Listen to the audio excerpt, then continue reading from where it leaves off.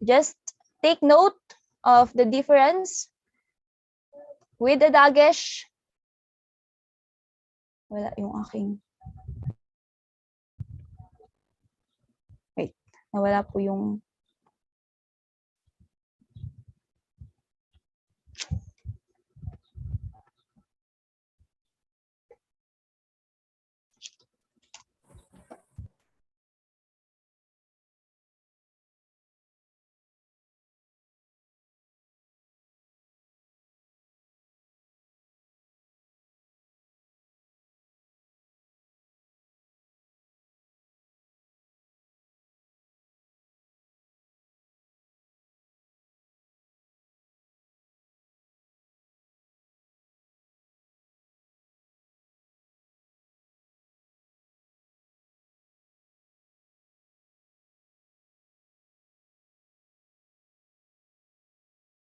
Ayan. Just take the distinction with the dagesh, it is pronounced as B. Then without the dagesh, it is pronounced as V.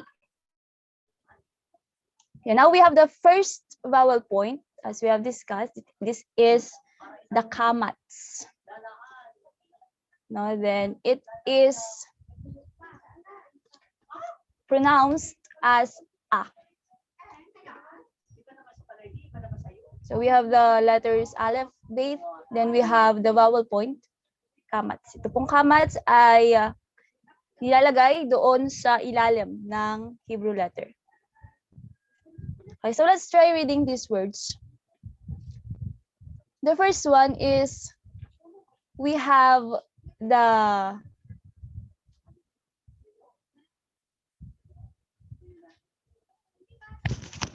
letter Beth here, but with the dagesh. So, anong sound ang pinoproduce nitong Beth with the dagesh? It is B, as in boy. Then we have the vowel point kamats, A ang kanyang sound. So, pagsasamahin natin siya, if we will be reading this, then this will be read as ba. Okay, so that is the word. Then another word na meron tayo dito ay itong Aleph. Then meron siyang kamats sa ilalim, the vowel point. Then we have the Beth without a dagesh. So it will be pronounced as V. No? So pagkasamahin natin, we have the Aleph, the kamats, then the Beth without a dagesh. So this word will be pronounced as Av. Ito po ay nangangahulugang father. Okay, so yung 3 letters pa lang na yun, 2 letters pa lang na yun with the vowel point natin na-discuss. So this is ba, then this is av. Okay, let's proceed doon sa third letter, which is the gimel. Yan, this letter makes the sound of hard G, katulad ng sa girl. This is the gimel.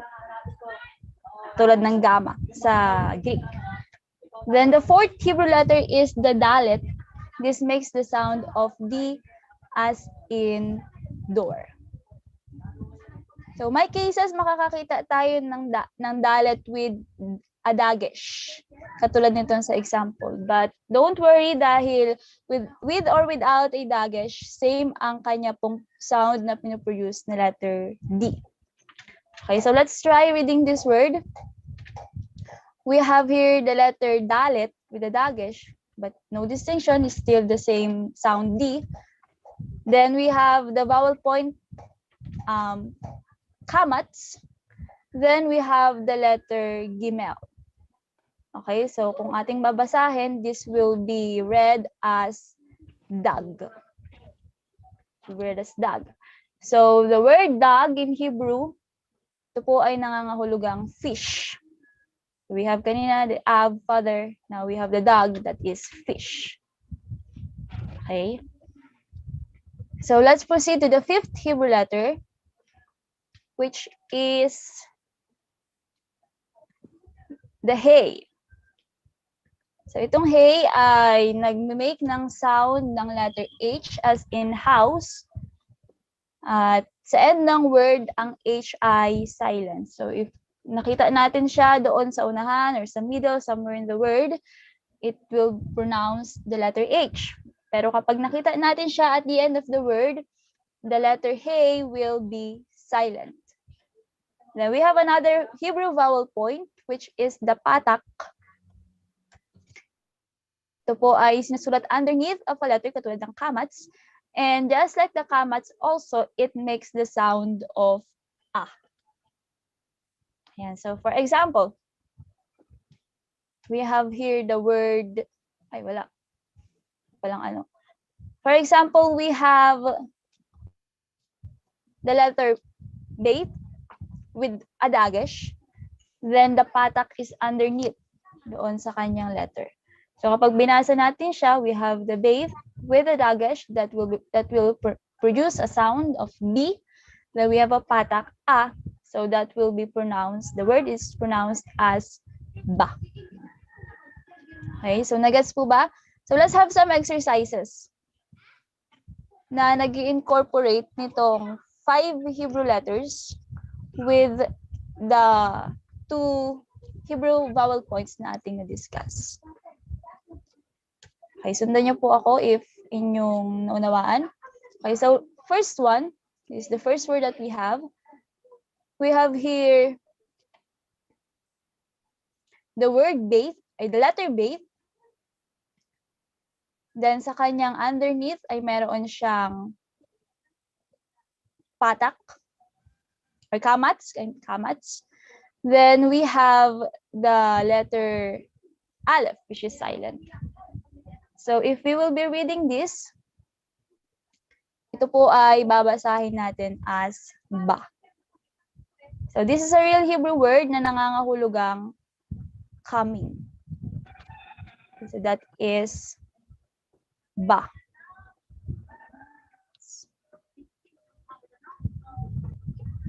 Comes. Okay, the next word we have the letter gimel.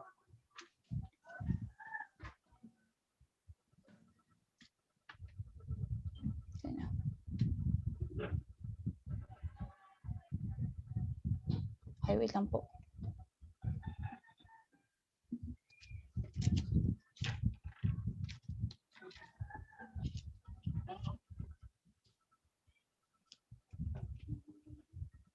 Okay.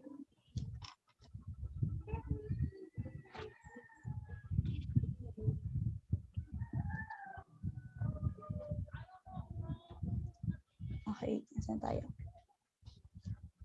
So we have here the letter gimel. Then we have the kamats as the vowel point. Then we have the letter dalet. So if we will be pronouncing this, ito po ay babasahin natin as God. God. G-A-D-E. So, G-A-D.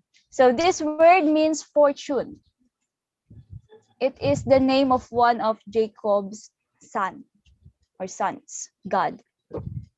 So we have the next word. We have the aleph. Sabi natin this is silent. Then we have the patak. Then we have the dalet. So kapag atin siyang pronounce, this will be pronounced as ad. Ito po ay nangangahulugang until. So the word ba means coming. God means fortune. And the word ad means until.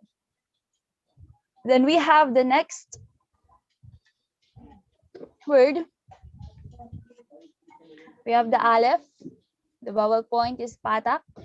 We have the bait with a dagesh. Then we have the vowel point sa ilalim ng bait na kamats. Then we have the aleph. So kung atin siyang babasahin, this will be pronounced as aba. Okay, so aba. So this is an informal way of saying father. That is aba. Then we have the last word. We have the letter bait with the dagesh. Then a vowel point kamats. We have an aleph. Then a vowel point kamats again. Then we have the hey. So kung ito ay ating babasahin, this will be pronounced or read as ba'a. So ba'a means coming. Okay, so those are the words that you can add up in your vocabulary. The word ba, God, ad, aba, and ba. Okay, so let's proceed doon sa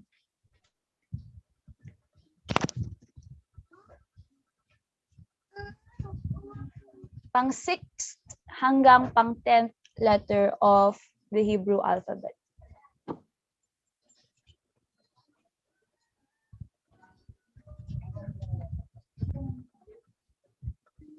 Yan. So we have the letters Vav, Zayin, Ket, Tet, and Yod. So the 6th letter, which is the Vav, this is pronounced, or this makes the sound of the letter V, as in vase.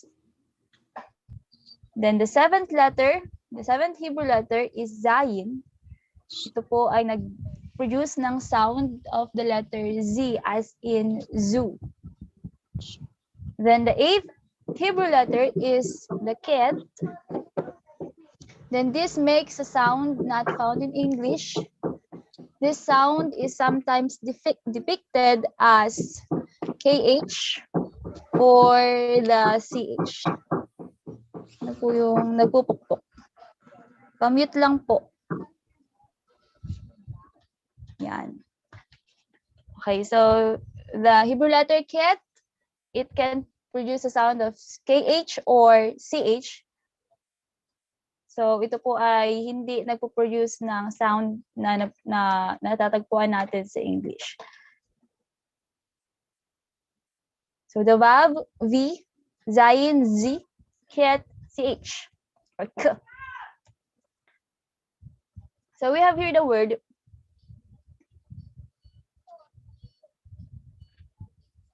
okay, sino pong gusto mag-try na basahin itong word na to? Identify the letters first, then ano ang basa? Sino ang nais mag-try?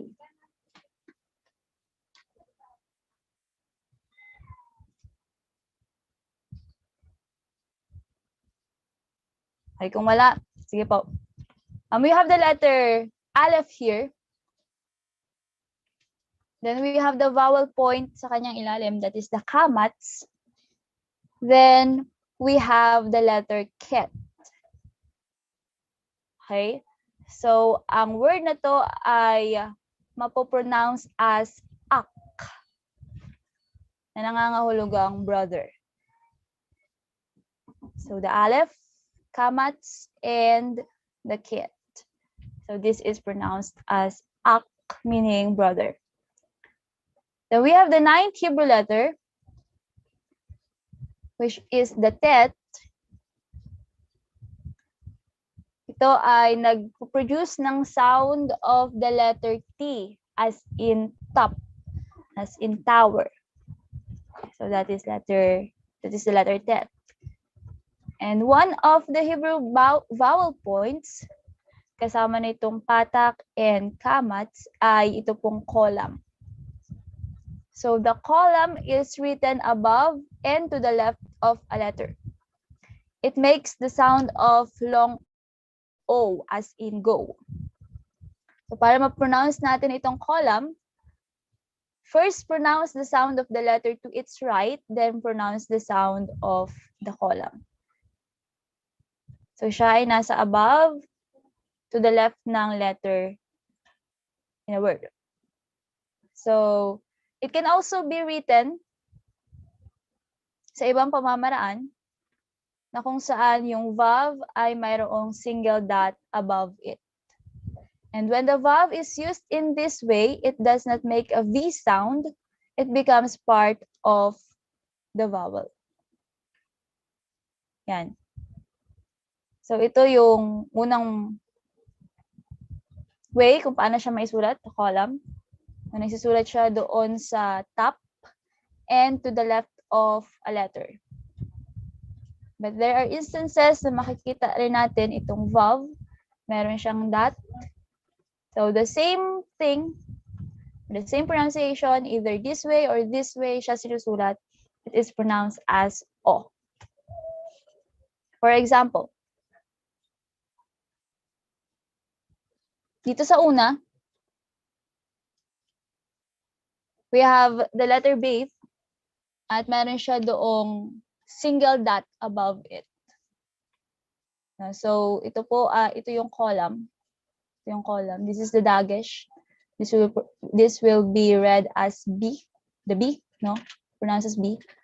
Then we have the column here. So ang basa dito ay magiging bo.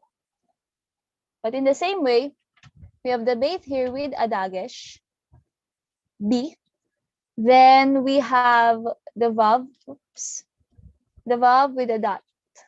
So ito ay column din. So itong dot dito is a column, itong form na to ay column din. So both cases, ito po ay binabasa as bo. Okay? So now we have another word. We have the letter tet here, ay tov. Then we have the column and the bet. So kapag ito ay ating pronounce, this word, we will have the word good, or the word tov, meaning good. Then we have the 10th Hebrew letter, which is yod.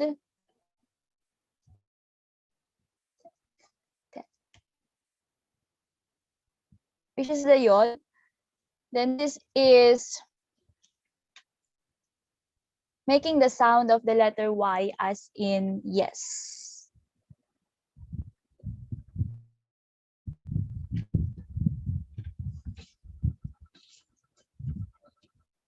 Okay, yes. So with the word, with a yod here, sa ating example, the yod, then we have the kamats, then we have the dalet, which is yad. We have the yod, that is Y. Then we have the kamats, then we have the dalet. So this is pronounced as yad na nangangahulugang hand or kamay. Okay, so those are the 6 to 10 letters of the Hebrew. So let's try reading again the following Hebrew words.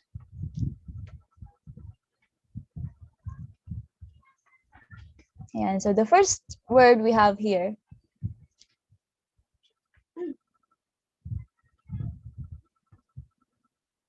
meron tayo ditong aleph. Then we have the vowel point kamats. Then we have the Hebrew letter zayin. So if we will be pronouncing this word, will be as. It means then. The word as means then. So the next letter, or the next word,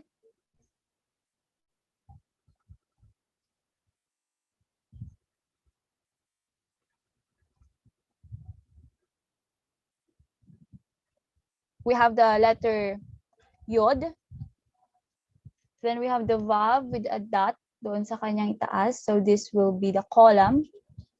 Then we have the letter beit without a dagesh. So this will be pronounced as v, the v. So kapag pinagsama-sama natin siya, binasa natin siya, this will be read as yov. And so the word yov was the name of one of the sons of Issachar. Kung babasa natin. So that is read as yov. So we have the third word.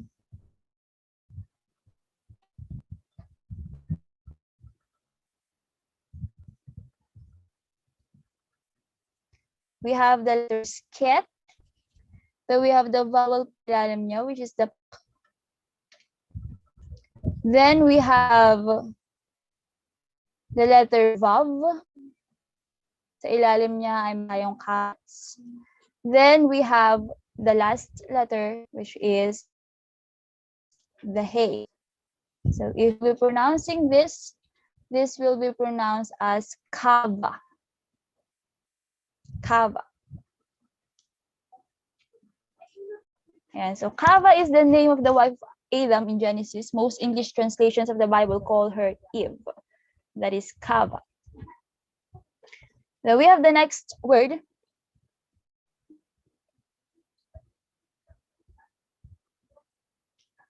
We have the letter Aleph. We have here a vav with a dot. So this is a column. Then we have here the yod. So Aleph is silent. Ang kanyang ipoproduce, narito na siya. So this will be column O. Then we have the yod, Y. So this word will be pronounced as oy. So ang word na oy ay nangangahulugang woe. It is frequently used in prophecies to warn about disasters. So, woe. Then we have the last word.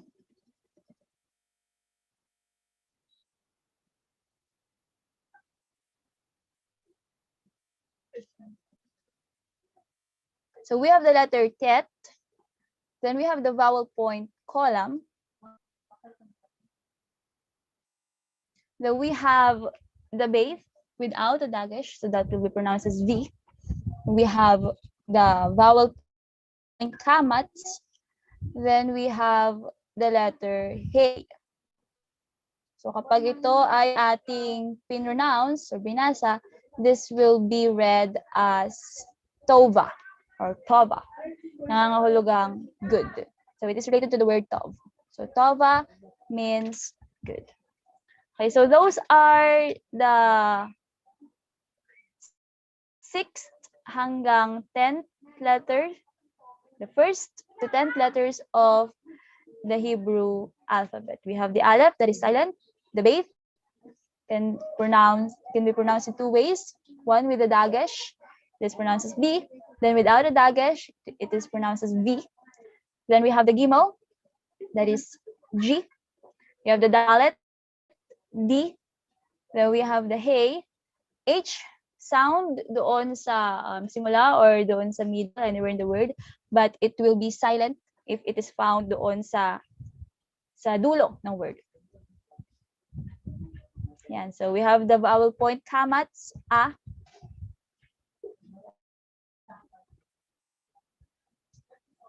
Then we have also the vowel point patak, which is also pronounced like kamats. Then we have the letters vav, V, zayin, Z, ket, ch or kh. We have the tet, t, and the yod, y. Another vowel point na ating na-discuss is the column, which can be in this here or with the vav na mayroong dot. So either way, it is read as O or pronounced as O. Ayan. Po, ibalik ko po kay Dr. Soria.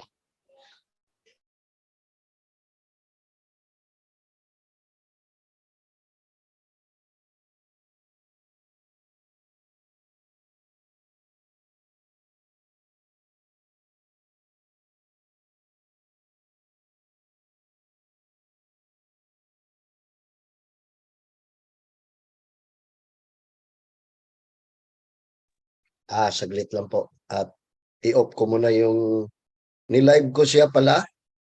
No, naka-live to. Para ma-review natin. I-send ko na lang yung link. No, saglit lang po. Saan yung aking assistant? Hoy, paano ba i-send yung link dito sa GC? YouTube. Host nakalagay. Stop. Okay, saglit lang.